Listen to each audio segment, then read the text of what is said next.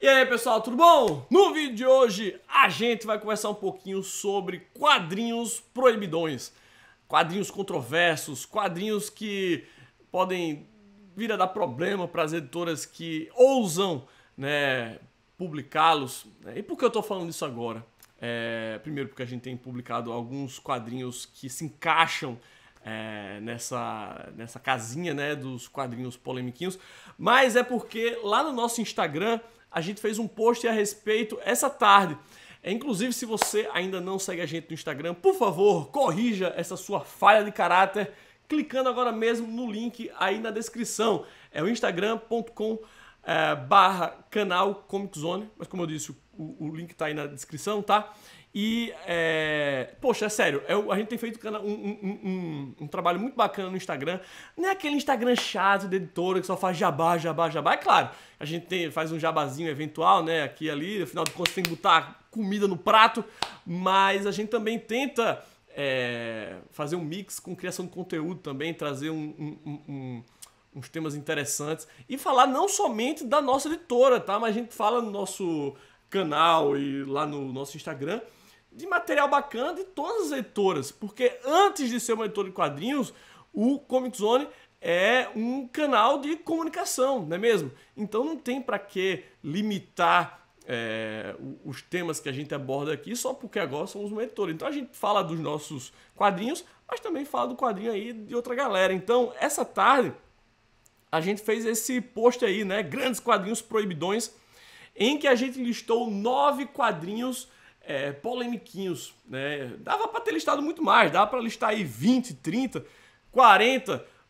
40 não, acho que não tem tudo isso, será que tem? Acho que não, mas a gente listou 9 porque era o limite lá do Instagram, né? E daí ficou um post tão bacana que tá dando um retorno, assim, o pessoal tem dado bastante like, que eu pensei, pô, por que não expandir isso e falar um pouco mais aqui no canal, não é mesmo? Então é isso que eu estou fazendo, vamos falar sobre os quadrinhos que estão lá naquela lista.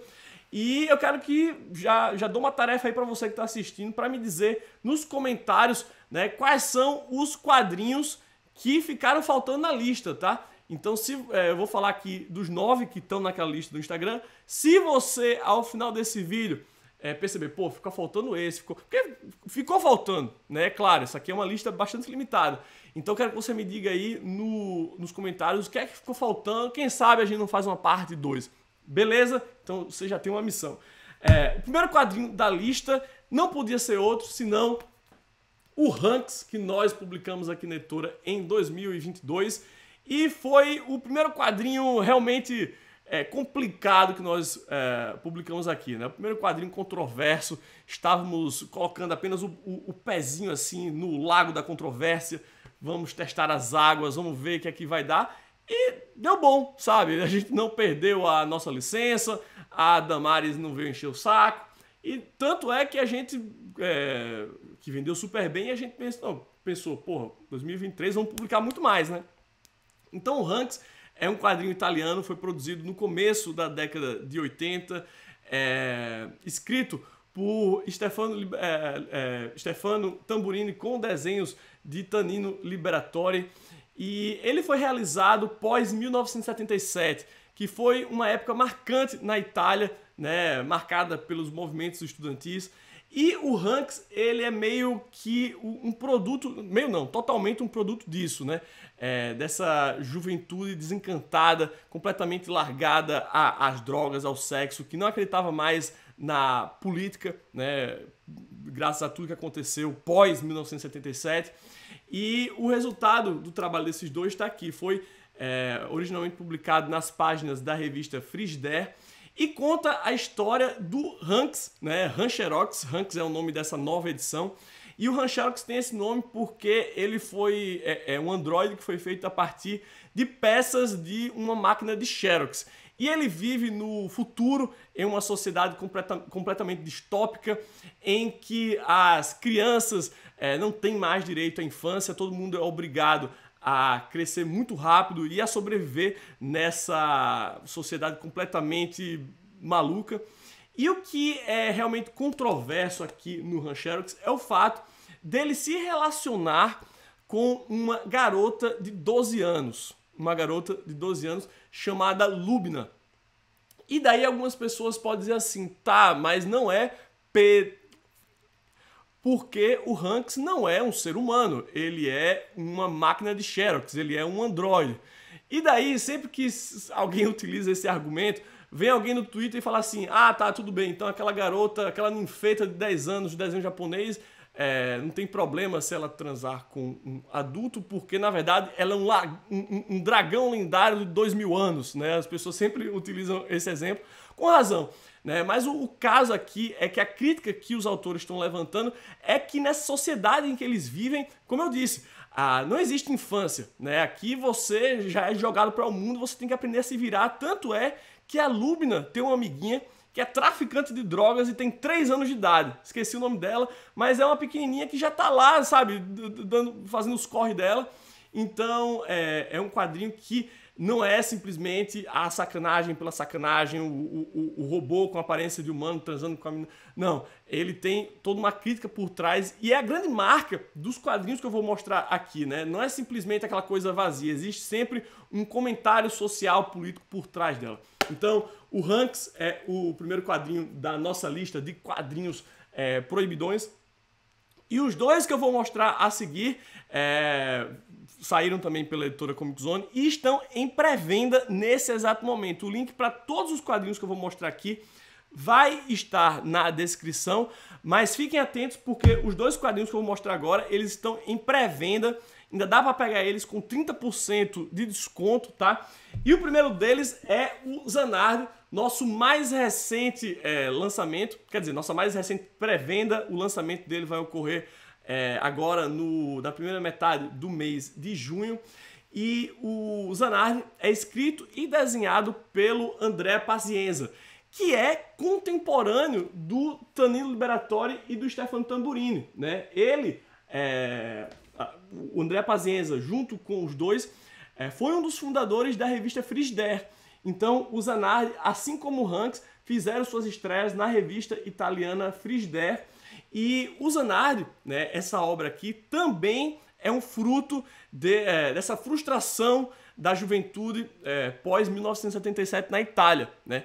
E o Zanardi, ele mostra aquele lance da maldade recreativa, né? Ele é um jovem completamente desencantado, ele é um jovem completamente jogado às drogas, sem muito o que fazer, e que decide passar seu tempo cometendo maldades juntos com os seus amigos, né? A gente tem o Colas e o Pietra, que na verdade não dá nem para chamar de amigos, na verdade eles são cúmplices. E o Zanardi é uma espécie de Joselito à 10ª potência, né? O André Pazienza, ele conta em uma entrevista que o Zanardi é aquele seu amigo filha da puta da escola que todo mundo tem, sabe? Todo mundo tem aquele cara que você odeia, mas que ao mesmo tempo você quer ser ele. Aquele cara que faz maldade por fazer e que muitas vezes pega você como vítima, né? E o Zanardi, ele faz isso. E ele leva as suas brincadeiras de mau gosto às últimas consequências. E tem muita gente aqui que caiu nas mãos do Zanardi e que, sabe, morreu, sabe? Mulheres que perderam a sua... que foram violentadas pelo Zanardi e pela sua galerinha aqui. Então mostra esse jovem sem perspectiva, né?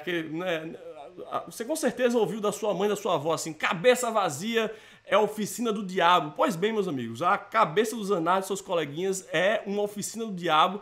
E o que a gente vai ver aqui são as brincadeiras de mau gosto de 3 jovens que não tem nada a perder, certo? E que estão passando seu tempo aí completamente largado aí às drogas e às brincadeiras de mau gosto. Então, Zanardi, do André Pazienza, esse aqui que é o seu personagem mais conhecido, tá? O André Pazienza, que é um verdadeiro rockstar dos quadrinhos. Ele morreu muito jovem, com apenas 32 anos. Ele morreu em 1988 de uma overdose de heroína.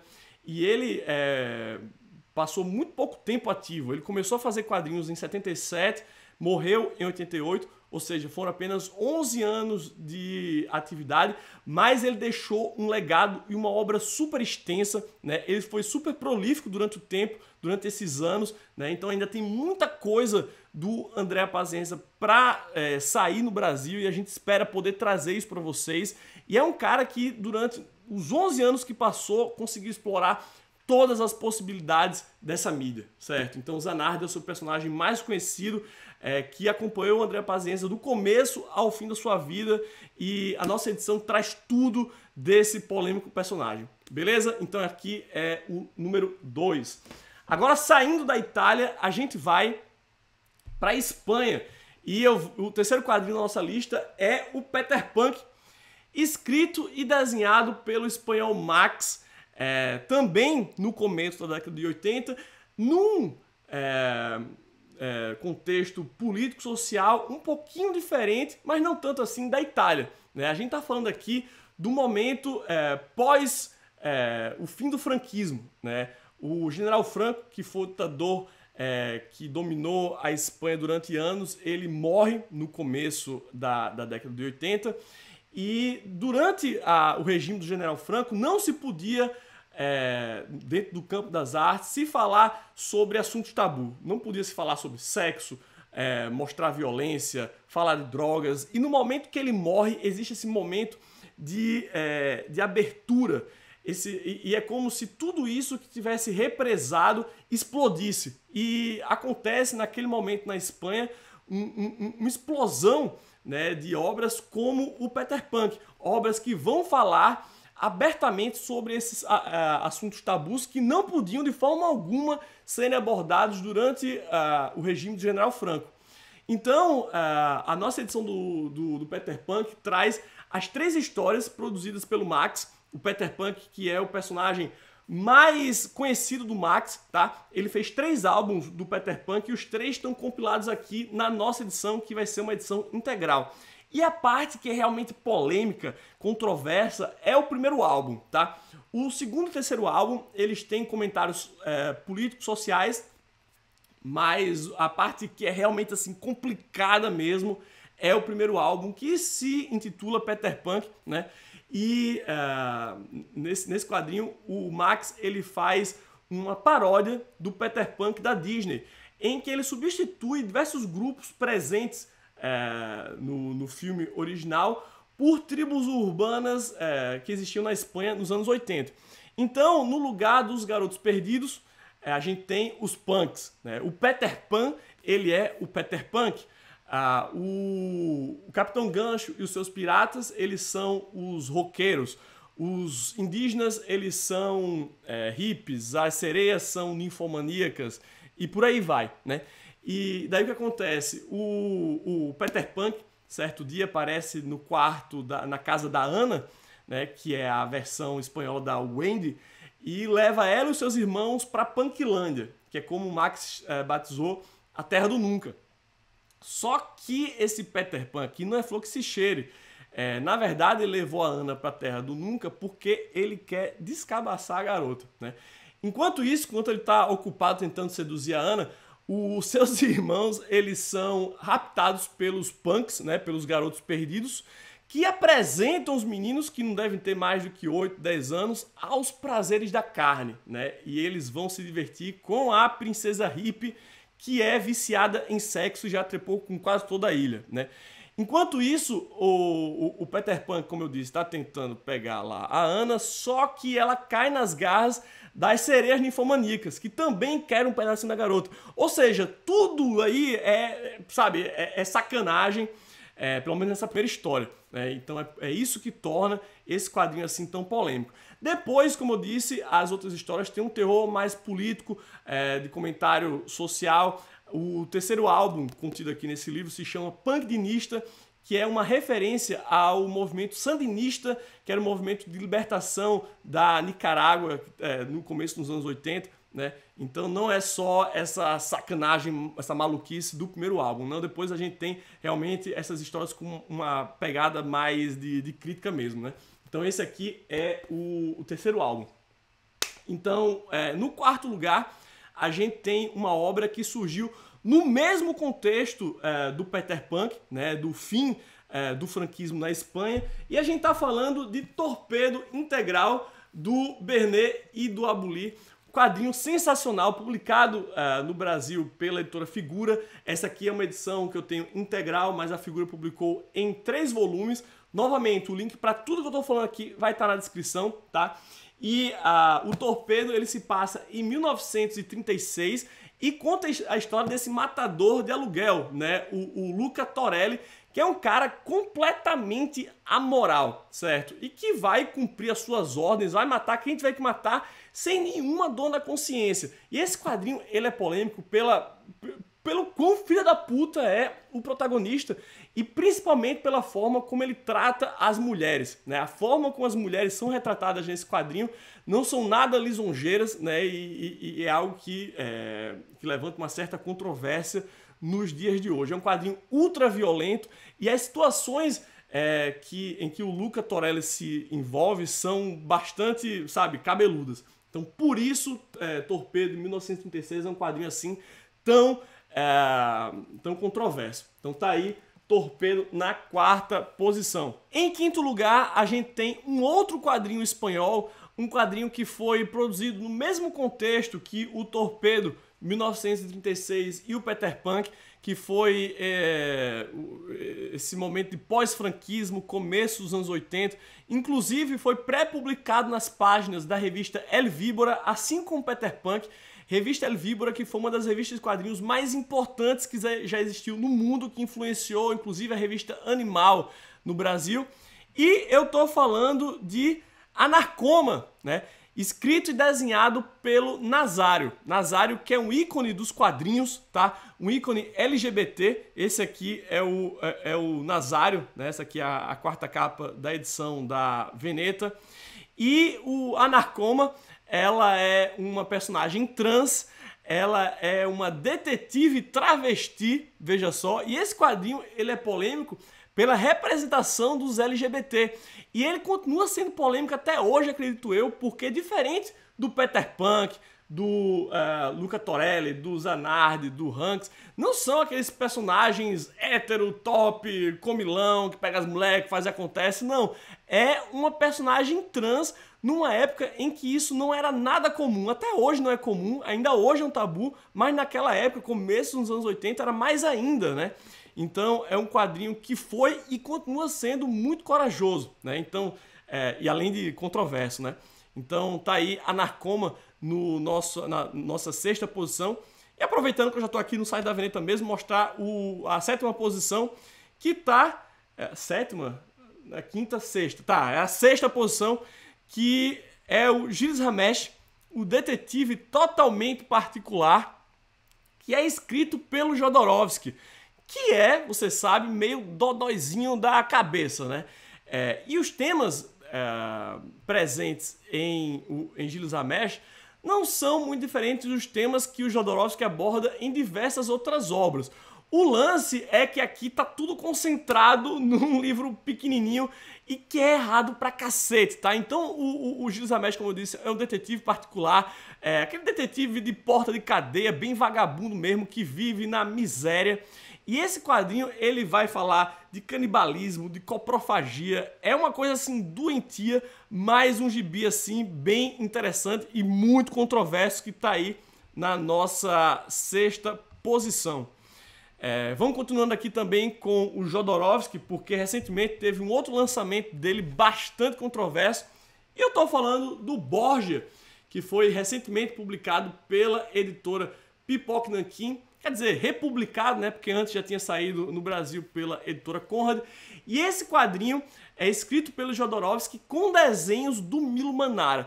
E o próprio nome do Milo Manara já é o suficiente para tornar qualquer coisa controversa, né? Porque ele é acusado sempre de sexualizar o corpo feminino. Esse quadrinho aqui conta a história do padre, do Papa Alexandre VI, né? E o seu clã, o clã dos Borgia, que são, acho que, os maiores filhos da puta da história, sabe?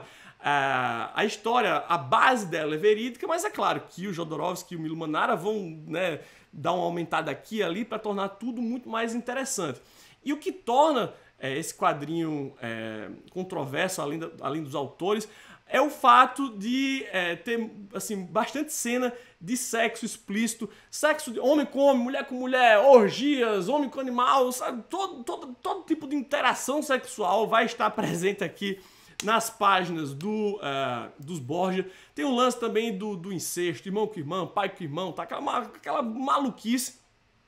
E é muito comum você ver os corpos femininos sendo sexualizados pelo Milo Manara, certo? Então você vai ver mulheres sofrendo violência, sendo abusadas e, no entanto mostrando que estão morrendo de prazer com aquilo, certo? Então isso é algo que é bastante controverso, sobretudo nos dias de hoje, tá? E é por isso que os Borgia tá aí na 7ª posição da nossa lista.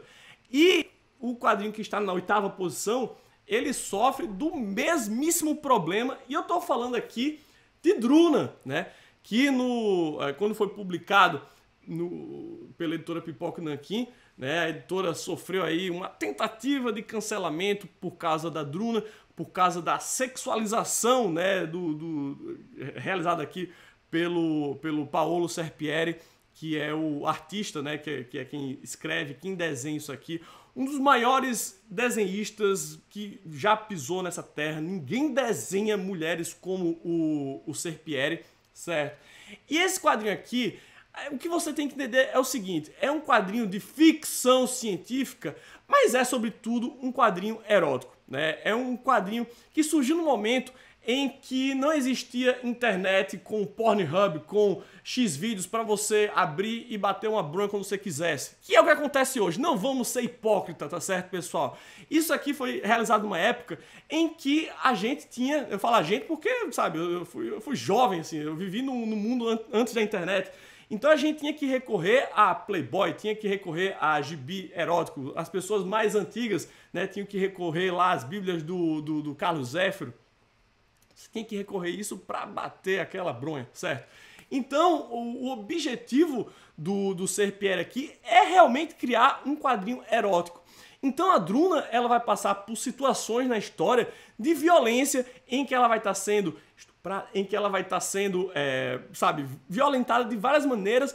No entanto, isso vai estar sempre vai ser mostrado como se ela estivesse sentindo o maior prazer do mundo. Então isso precisa ser contextualizado, tá certo? Eu sou totalmente contra a censura desse tipo de material, sou totalmente contra a ação de setores da esquerda que eu vejo tentando moralizar o discurso, né? Tentando pegar quadrinhos problemáticos como todos esses que eu mostrei e tentando, sabe, não pode publicar isso, sabe, esse negócio de querer queimar livro, de querer, sabe, censurar arte, isso daí é coisa da direita, certo? Quando eu vejo gente que se diz de esquerda encabeçando esse tipo de coisa, né, essas tentativas de linchamento, porque o quadrinho erótico realizado lá no começo dos anos 80, sabe, num contexto completamente diferente, mas a editora não podia estar republicando isso, vamos cancelar, sabe, eu sou totalmente contra isso.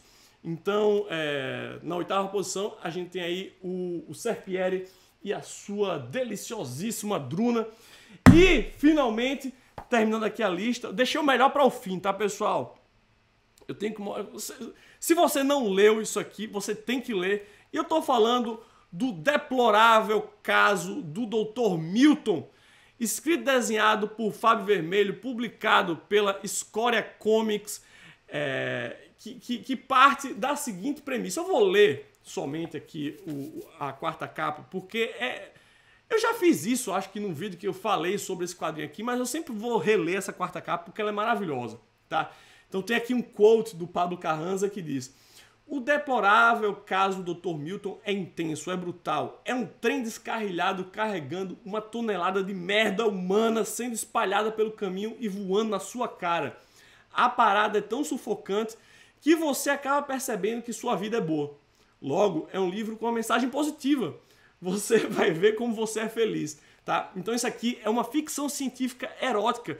E o Dr. Milton, ele vai basicamente responder a pergunta: como seria transar com você mesmo, né? Então ele vai clonar a si mesmo, e não apenas uma vez, tá? E vai transar com ele mesmo, gente. E isso aqui é um quadrinho que qualquer página que você abrir vai ter uma suruba com vários doutores Milton, certo? É um quadrinho incrível, que tem uma história, tá? Apesar dessa maluquice, mas tem todo um lance assim de discussão ética por trás, de discussão bioética, né, por trás desse lance da clonagem, os limites da clonagem, da ciência. Cara, gibi sensacional que eu recomendo de olhos fechados, assim como recomendo todos esses aqui, mas o deplorável caso do Dr. Milton é realmente assim um clássico contemporâneo dos quadrinhos nacionais. Beleza, pessoal? Então o link para tudo que eu falei vai estar aí na descrição. Como eu falei no início do vídeo, me deixa saber quais são os quadrinhos que não foram mencionados aqui e vamos continuar o debate. Beleza, pessoal? Agora eu vou ficando por aqui. Um grande abraço e até o próximo Comiczone.